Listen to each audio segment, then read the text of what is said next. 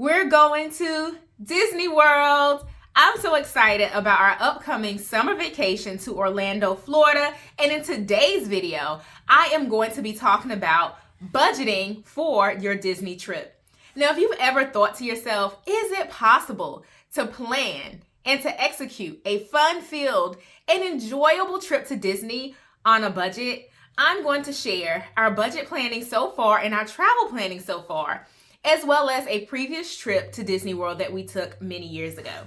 So if you didn't catch my first video where I announced this travel series, this travel plan with me series, I showed this notebook. It's a really simple notebook I purchased from Walmart, and I turned it into a travel memory book and planning journal. So throughout this book, I have been taking a lot of notes, and I have been helping us to plan our trip to Walt Disney World. Now, so far, we have booked our hotel, our accommodations. It's actually a resort, and I'm super excited about that. It's not a Disney property, and it's close to the theme parks.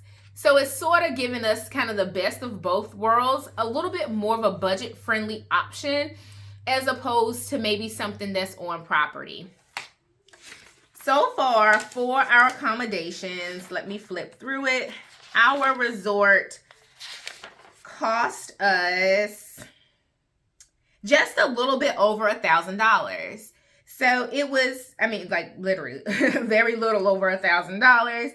And it is for a 1-bedroom villa.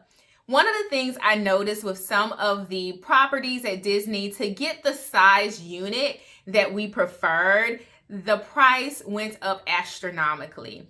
So for us to kind of snag this deal, it was super helpful and within our budget for a week's worth of accommodations. The second thing that we booked is our airline tickets. Now, granted, depending on where you're flying from, if you're choosing to fly, then of course your flight could be wildly different from mine, but it's a super quick flight from where we live down into Orlando, and the flights for a family of 5 were just a little bit under $1,200. So far we've not spent a whole lot. I know that's subjective. It could have been worse, but that's what we spent to date on our trip. We have not yet booked our rental car. We've not booked the Disney tickets, so the theme park tickets.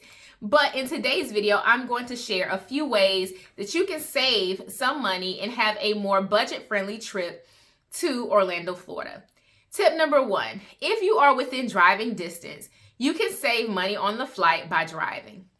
Also factor in, gas prices, which are creeping up these days, and any other needs you may have when it comes to car maintenance, or maybe you're renting a car. Price compare what it will take for you to drive and how long the drive will be compared to what you can book for a flight.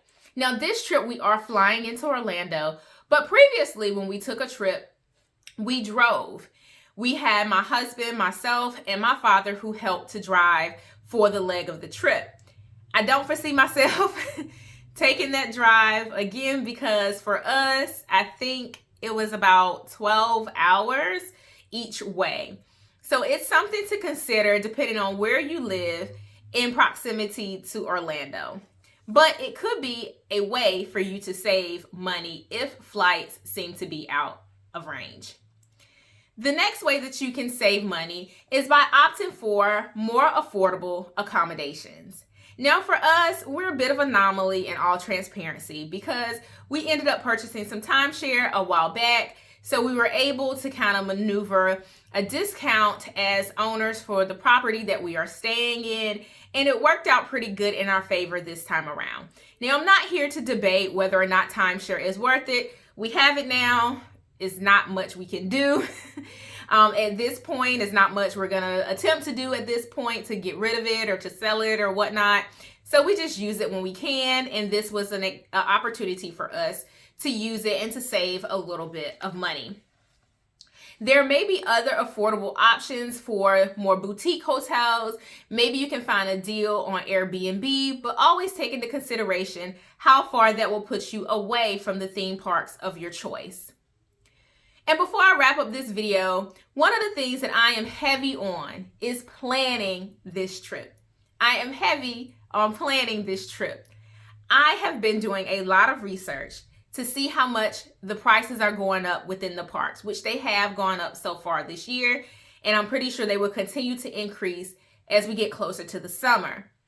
But I have been doing a lot of research to see how much our park tickets will potentially cost us and trying to evaluate if we want to do 3 days individual parks or if we want to reduce the days and do 2 days park hopper. Just trying to pose what will be more advantageous for our budget and our time window. Another thing is Disney is not the only theme park in Orlando. We are going to spend some time at Legoland and the new Peppa Pig theme park as well. Now, granted, the price differential is not drastic enough to maybe choose one or the other, in my opinion. So we're going to just figure out a way to interweave both parks into our week-long vacation.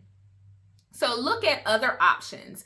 Your resort that you're staying in may have a water park. It may have amenities that you can leverage, such as putt-putt. It may have bike rentals or kid-friendly activities that you can use as fillers throughout your day, so you won't feel obligated to go to the Disney parks every single day of your trip. So that's a great way to save money, but it'll all come down to doing your research and planning.